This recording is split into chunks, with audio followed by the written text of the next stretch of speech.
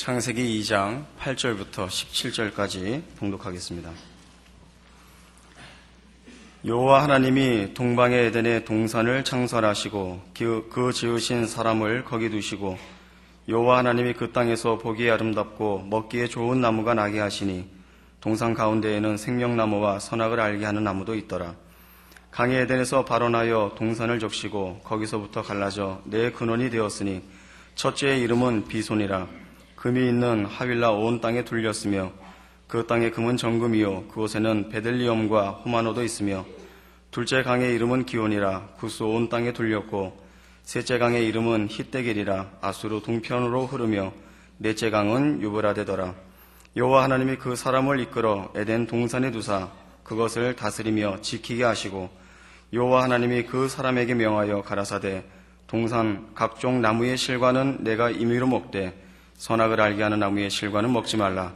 내가 먹는 날에는 정령 죽으리라 하시니라. 오늘의 본문은 하나님께서 에덴 동산을 만드시고 거기 사람을 두어 다스리며 지키게 하셨다라고 묘사된 내용을 통하여 하나님이 인간을 어떻게 목적하시고 어떤 임무와 또는 가치를 주셨는가를 살펴보려고 합니다. 8절에 등장하는 설명같이 여호와 하나님이 동방의 에덴의 동산을 창설하시고 그 지으신 사람을 거기에 두셨다라고 얘기하고 15절에도 여호와 하나님이 그 사람을 이끌어 에덴 동산에 두사 그것을 다스리며 지키게 하셨다고 말씀하고 있습니다. 에덴 동산에 두었고 거기 살게 하셨고 그리고 에덴 동산을 다스리며 지키게 하였다라는 데서 우리 하나님이 사람을 목적하시고 시키시는 일에서 그 가치와 역할이 드러날 것입니다.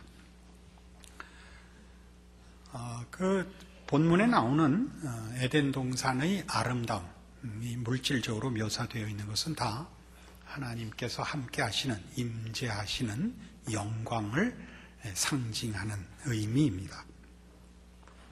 실제로 물질적으로도 복된 장소였던 건 물론입니다.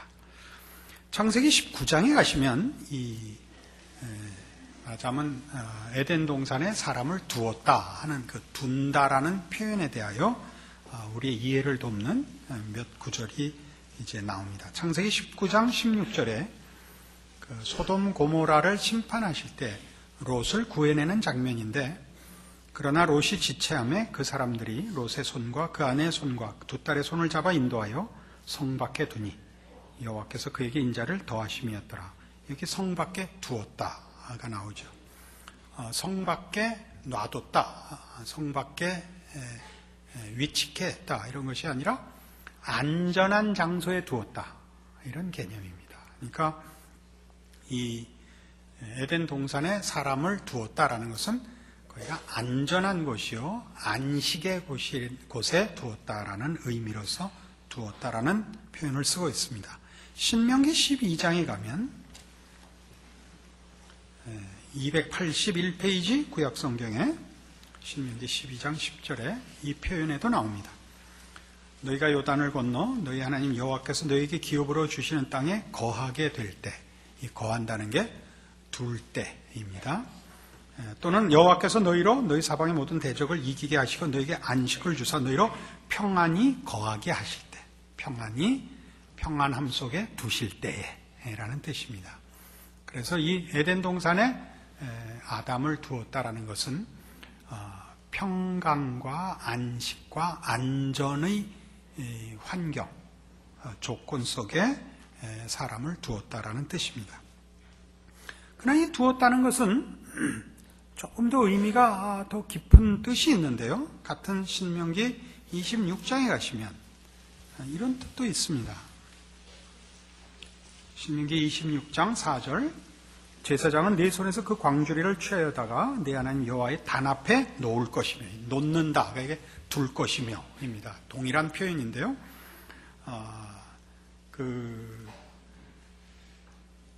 추수를 하거든 추수의 만물을 하나님 앞에 갖다 두어라.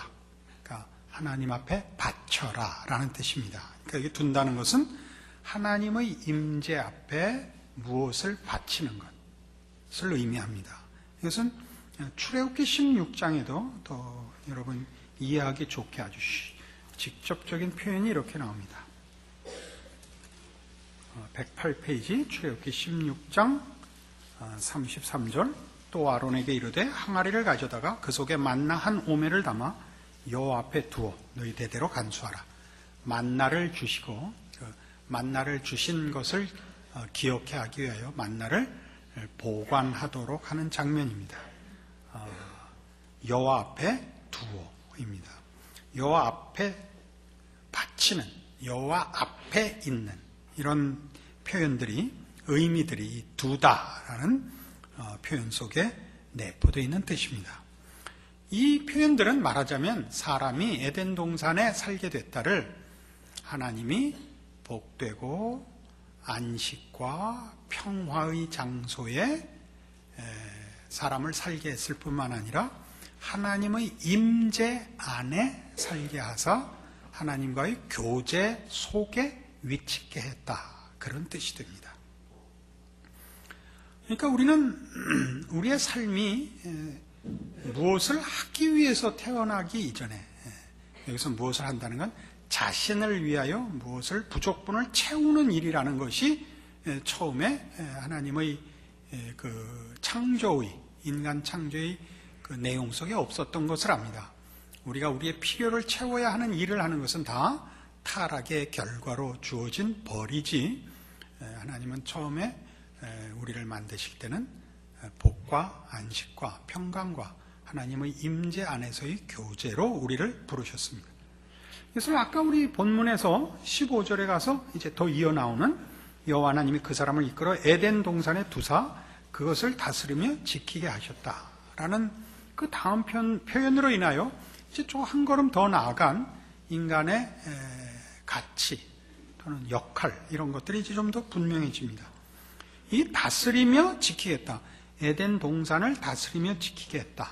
이 다스린다는 뜻은 우리말 번역이 훨씬 잘 되어 있고 영어 번역은 조금 잘못되어서 영어 번역은 일한다는 개념입니다. 그러니까 경작하며 지키게 했다라는 개념이 됐는데, 땅을 경작하는 일은 타락의 결과로 우리에게 주어진 벌입니다. 그러니까 3장 23절에 가시면 여호와 하나님이 에덴 동산에서 그 사람을 내어보내어 그의 근본된 토지를 갈게 하시니라. 또 17절에 3장 17절에 아담에게 이르시되 네가 네 아내의 말을 듣고 내가 너더러 먹지 말라는 나무 실과를 먹었은즉 땅은 너로 인하여 저주를 받고 너는 종신토록 수고하여야 그 소산을 먹으리라.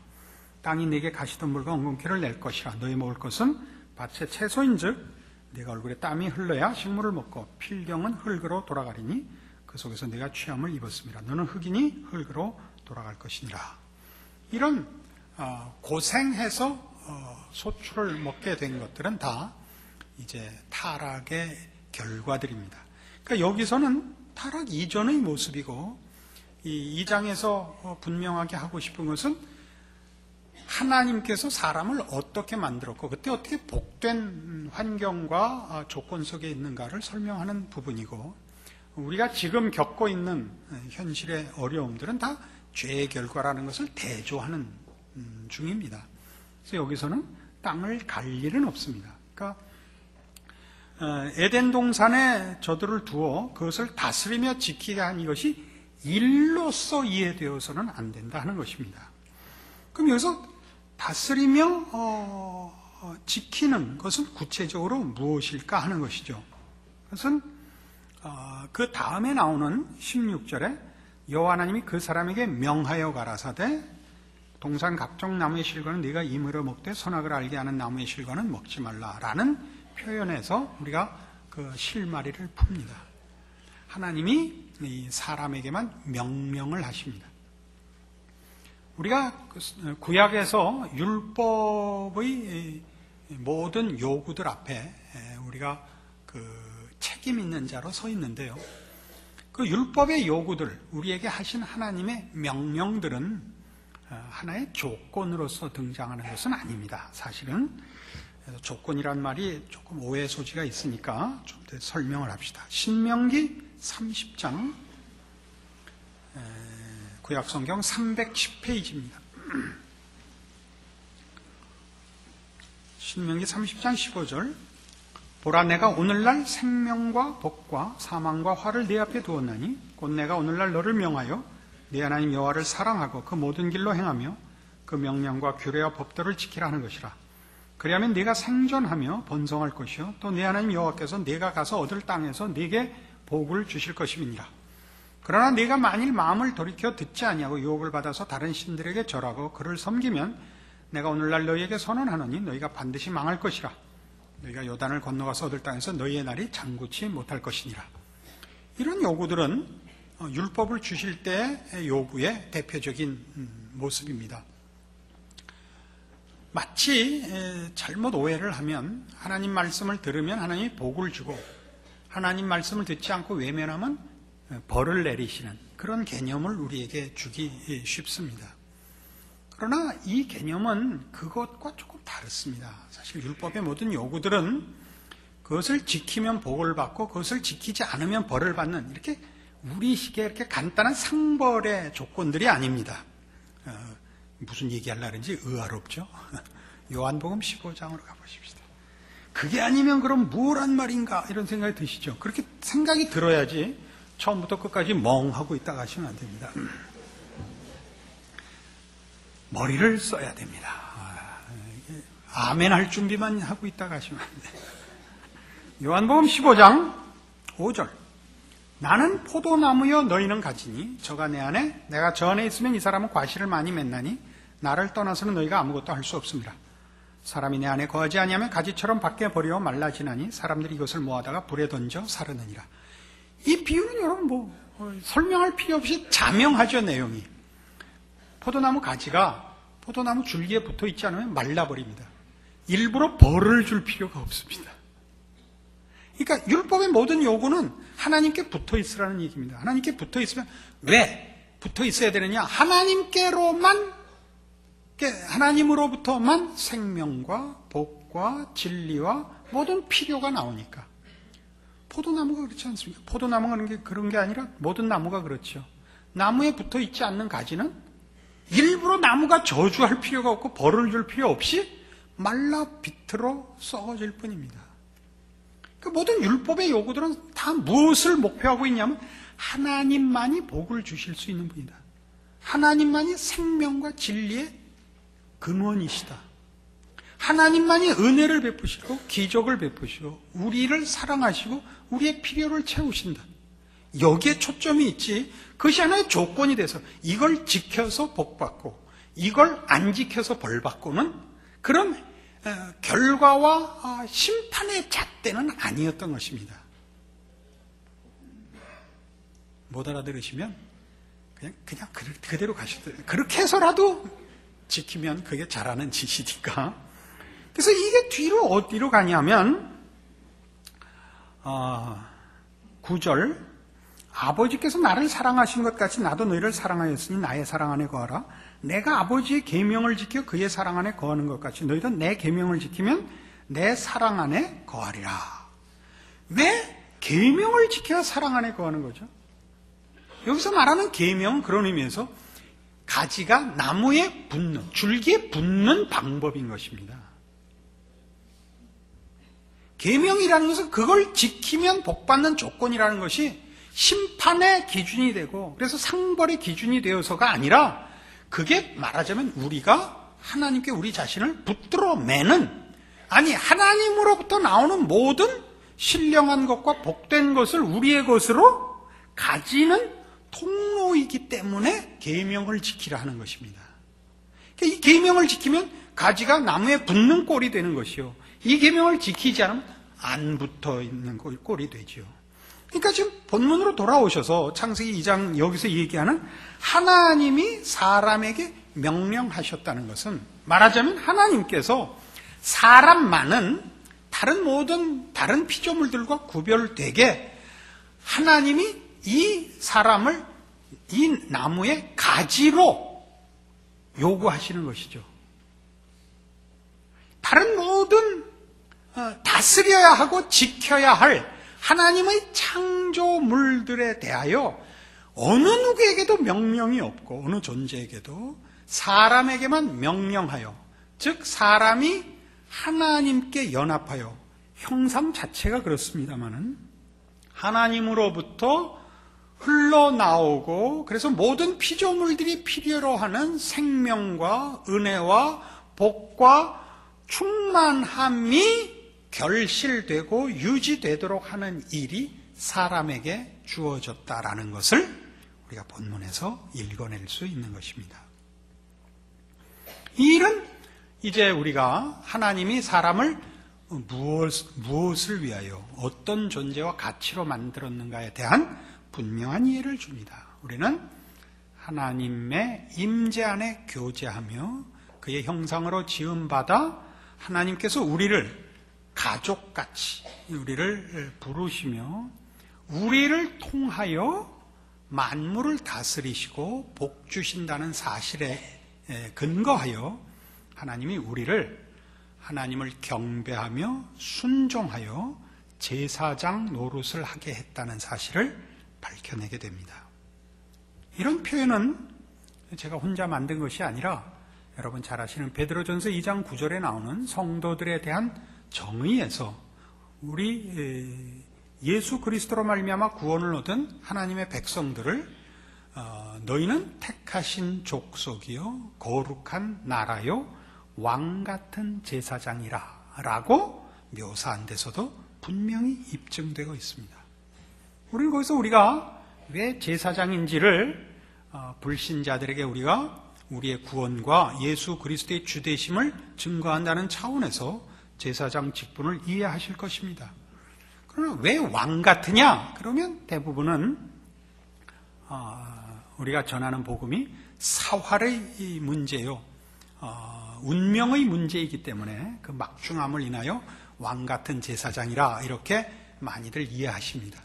오늘 본문을 이해하고 보면 우리야말로 유일한 왕이신 하나님이 그가 만드신 모든 창조계에 대하여 왕이 베푸시는 모든 은혜와 복과 사랑과 은총들을 우리를 통하여 일하시기 때문에 사람이 마치 모든 자연계에 대하여 모든 피조물에 대하여 은혜와 복을 나누어주는 자 같은 그런 책임을 맡고 있어서 그런 하나님의 청지기로 존재해서 왕 같은 이라는 말이 붙는 제사장일 수 있는 것입니다. 그래서 이 처음 창조에서 설명되는 인간의 그 영광된 지위, 또 하나님과의 관계의 이 밀접성 같은 것들이 얼마나 중요한 내용으로 사실은 기록되었느냐는 타락한 다음에 나타나는 모습과 비교할 때 분명합니다. 창세기 3장 8절에 보면 이제 그 범죄하고 나서 이제 아담과 하와의 그 반응, 태도를 이렇게 설명하고 있습니다. 그들이 날이 서늘할 때 동산에 거니시는 여호와 하나님의 음성을 듣고 아담과 그 아내가 여호와 하나님의 낯을 피하여 동산 나무 사이에 숨은지라. 저들이 타락하자, 죄를 짓자, 하나님과의 관계가 깨어지자 저들은 무서워지게 됐습니다. 아까 우리 처음에 봤죠? 동산에 두신 하나님의 안전, 안식, 평강, 하나님과의 교제 이런 게 다 깨지고 이 왕이어야 할 존재가 죄인같이 도망다니는 꼴이 된 것을 여실히 여기 묘사하고 있습니다. 그래서 우리는 이제 구원받은 이제 신약 시대의 성도들이 바로 이 처음 하나님이 인간을 만드시고 복 주셨고 목적하셨던 그 일을 회복하셨다는 사실을 봄으로써 처음 하나님이 우리를 만드셨을 때 어떤 그 영광과 귀한 것으로 계획하셨고 또 구원이 우리로 하여금 도대체 어떤 하나님의 은혜와 복 주심의 그 구원이요 창조의 축복의 회복인가를 확인하게 됩니다. 그 대표적인 구절로 골로새서 3장을 봅니다. 신약성경 327페이지 골로새서 3장 15절입니다. 그리스도의 평강이 너희 마음을 주장하게 하라. 평강을 위하여 너희가 한 몸으로 부르심을 받았나니 또한 너희는 감사하는 자가 되라. 그리스도의 말씀이 너희 속에 풍성히 거하여 모든 지혜로 피차 가르치며 권면하고 시와 찬미와 신령한 노래를 부르며 마음의 감사함으로 하나님을 찬양하고 또 무엇을 하든지 말이나 일이나 다 주 예수의 이름으로 하고 그를 힘입어 하나님 아버지께 감사하라. 그 중심되는 그 내용이 뭡니까? 평강과 감사입니다. 그렇죠? 평강과 감사. 찬양도 감사에다 넣읍시다. 그러니까 처음 인간이 만들어졌을 때 하나님이 인간에게 무슨 부족한 것이 없게 하셨을 뿐만 아니라 넘치는 영광과 그 풍성한 만족 속에 살도록 하나님이 인간에게 복을 주셨다는 사실을 확인하고, 그리고 죄 가운데서 살면서 우리는 그 안전과 안식과 평안과 또 복된 것들, 인간된 가치들, 영광들, 이런 것들 다 놓치고 살았다는 것을 확인합니다. 구원 얻고 나니까 그 문제들이 가장 먼저 해결됩니다. 우리는 겁날 것이 없고, 우리는 이 세상의 것으로 우리가 우리의 신자된 것을 바꿀 것이 없다는 사실을 확인합니다. 다만 내세론적으로, 종말론적으로 죽어서 천당 가면 된다 하는 식으로 미래적인 것을 가지고만 지키라는 것이 아니라 현실적으로도 지금 당장 우리가 누리는 신자된 기쁨은 우리가 왕같은 제사장이라는 사실에서 확보되어야 합니다. 이런 일들은 우리 성도들에게 굉장히 부족한 부분이니까 분명히 하도록 합시다. 마태복음 6장입니다.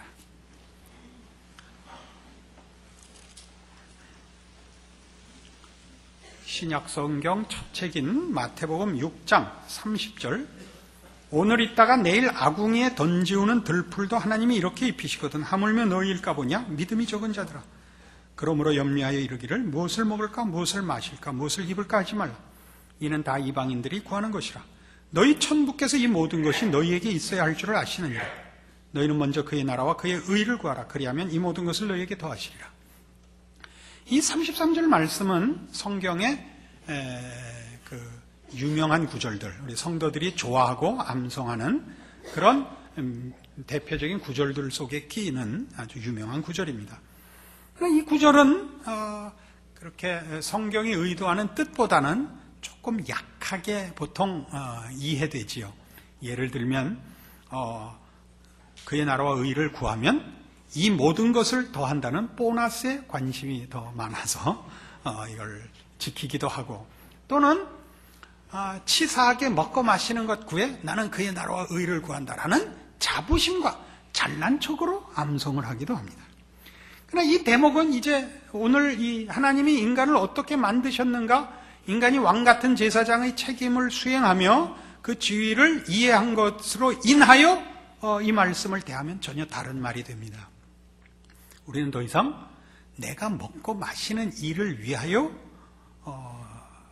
그 목을 맬 것이 아니라 내가 먹고 마시고 입을 그 목적물이었던 것들이 다 내 은혜와 내 순종을 기다리고 있다는 것을 알아야 됩니다. 무엇에 대한 순종? 하나님에 대한 순종. 우리가 우리의 제사장 노릇을 함으로써 저들이 나를 통하여 결실하시는 하나님의 은혜를 기다리고 있는 것입니다. 이 하찮은 것들을 위하여 우리가 목을 맬 것이 아니라 이 하찮은 것들은 당연히 우리의 하나님 앞에 제사장 노릇을 수행하는 충성과 책임, 그래서 혜택받는 은혜를 기다리고 있는 것입니다. 너희 직분을, 너희 위치를 놓치지 말라는 것이죠. 먹을 걸 찾아 구걸하지 말고 네가 저들에게 먹을 걸 주고 저들의 입을 것을 주고 저들의 생명을 살피고 있는 네 책임을 지키라 라는 것이 말하자면 너희는 먼저 그의 나라와 그의 의를 구하라인 것입니다. 따지고 보면 아담의, 그러니까 하나님이 처음 만든 인간, 우리 인류의 시조인 아담이 그의 존재 자체가 하나님이 지으신 모든 세상 앞에서 하나님의 이 통치를 결실케 하는 지금 제사장으로 서 있고, 신약 성도들은 이제 죄에 빠진 인류와 죄로 인하여 저주받은 모든 세상에 대하여 이제 다시 제사장으로 그의 책임을 지고 그의 삶을 지키고 있어야 옳습니다. 그러니까 우리는 어떤 환경과 조건을 요구할 것이 아니라 우리의 신앙을 위하여 내가 신자임으로써 당연히 수행되어야 할 신앙적인 책임들, 제사장 직분을 수행함으로써 나로 인하여 만물이 은혜를 입도록 해야 되는 것입니다. 이런 여러분 잘 아시는 그 아브람의 생애를 보시면 아주 너무나 분명하게 드러납니다. 하나님은 아브람을 부르시는데 그 부르시는 시점이 이 성경의 내용 속에서 인간이 타락하여 죄만 짓고 하나님을 찾는 자 없어서 노아 홍수로 1차 심판을 하시고 난 이후에 하나님께서 인류를 구원하기 위하여 은혜를 베푸시기로 작정을 하고 이제 아브람을 하나님의 사람으로 처음 부릅니다. 그래서 아브람은 뭐가 되느냐 하면 성경의 약속대로 하면 내가 너로 큰 민족을 이루고 네게 복을 주어 내 이름을 창대케 하리니 너는 복의 근원이 될지랍니다. 너를 축복하는 자에게는 내가 복을 내리고 너를 저주하에게는 내가 저주하리니 너는 모든 족속의 복의 근원이 됩니다. 그러면 아브람이 복의 근원이 되고 모든 족속에게 이 복의 이유가 되는 까닭은 하나님이 아브람과 함께 하사 아브람을 부르셨을 뿐만 아니라 아브람을 통하여 이제 비로소 다른 사람들에게 하나님이 소개가 되는 것입니다. 물론 이때 하나님은 심판의 하나님이 아니라 구원과 복주심의 은혜의 하나님을 소개하시는 것입니다. 그래서 아브라함의 역할은 뭐냐면 가능한 한 많이 돌아다녀야 되는 것입니다. 오래 살아야 되고요. 왜요? 더 많은 사람을 만나야 되니까. 그를 보는 자만이 하나님을 볼 수 있습니다. 하나님이 아브라함과 함께 함으로. 아브라함은 그런 의미에서의 제사장입니다. 그러니까 아브라함을 축복한다는 것은 아브라함과 함께 하시는 하나님을 봤다는 뜻이요. 아브라함을 저주한다는 것은 아브라함과 함께하는 하나님을 못 봤다는 뜻이 되죠. 그게 우리입니다. 땅의 모든 족속이 우리를 인하여 복을 얻고 우리가 모든 민족의 복의 근원이 되는 존재로서 지금 하나님의 자녀로 서 있습니다. 여러분은 신앙을 어떻게 말하자면 사용하시며 이해하십니까? 나는 신자니까 하나님이 다른 사람들과 차별해서 대우했으면 이라고 제일 많이 생각하지 않습니까? 믿지 않는 자가 100만 원 벌면 믿는 자는 1000만 원은 벌어야 되지 않는가? 왜요? 우린 11조도 내니까. 그렇게 생각하죠.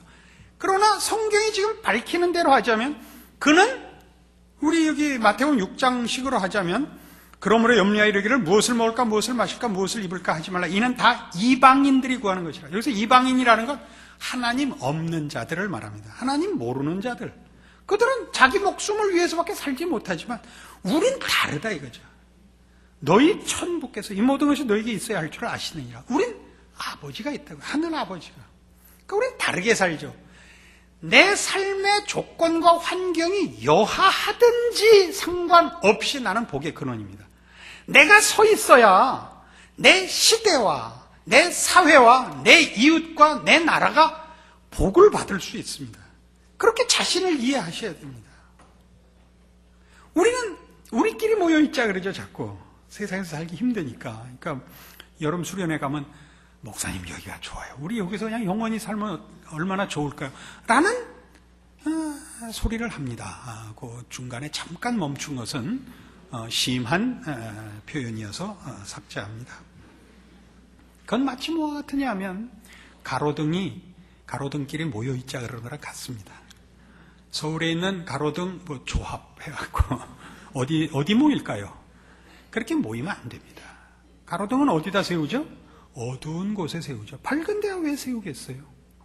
띄엄띄엄 세우죠. 전체를 밝게 해야 되니까.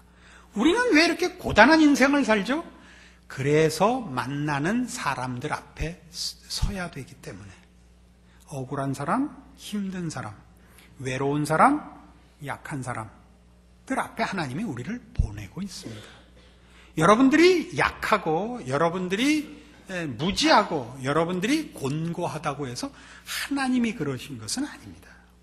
여러분의 곤고함이나 여러분의 연약함이나 여러분의 무지함이나 여러분의 가난함은 여러분에게 문제될 것이 없는 것이, 여러분은 하나님의 일을 수종들고 있지 여러분이 가진 것을 나누는 자도 아닙니다. 여기 신자의 기쁨이 있죠. 많이 가졌다고 해서 그가 더 많이 나눌 수 있는 조건을 가진 것도 아니요. 여러분이 배우지 못했다고 해서 하나님의 일을 덜 한다는 제한을 받는 것도 아닙니다. 여기에 신자들의 각성이 필요한 것입니다. 여러분 모두는 여러분이 보냄을 받은 지금의 형편, 지금의 자리에서 하나님의 사람으로 서야 합니다. 여러분은 모두를 위해 기도하시되 특별히 하나님의 은혜를 구하며 하나님의 복을 나누기 위하여 존재한다는 것을 잊지 마셔야 합니다. 저들이 가진 것을 빼앗자고 싸울 필요가 없으며 세상의 것을 움켜잡아 나누어 주려는 그런 조건을 먼저 생각하실 필요도 당연히 없습니다. 이제 그리스도 예수 안에서 우리는 이제 거듭난 자요 모든 것을 가진 자입니다. 예수 그리스도 이름으로 모든 기도가 허락되어 있고 그 기도가 모두 다 응답받도록 약속되어 있습니다. 여러분들은 과연 왕이요 제사장입니다.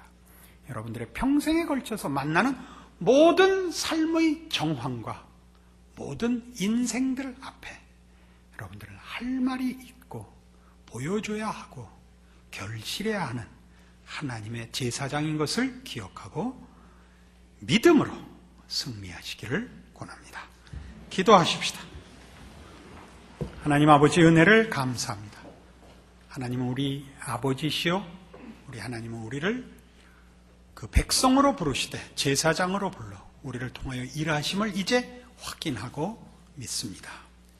우리는 마땅히 하나님의 나라와 의를 구하여 우리의 생애와 존재를 통하여 모든 존재들 앞에 하나님의 은혜와 복 주심을 결실하도록 수종들어야 옳습니다.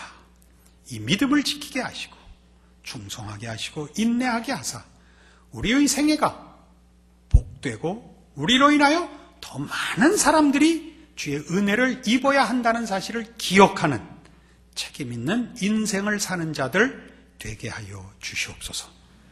지금은 우리 주 예수 그리스도의 은혜와 하나님 아버지의 극진하신 사랑과 성령님의 교통하심이 하늘 하나님을 아버지라 부르는 복된 자 되어 우리의 생애를 왕같은 제사장으로 살 것을 약속하고 돌아가는 주의 사랑을 입은 자녀들 머리머리 위에 영원토록 함께 있을지어다.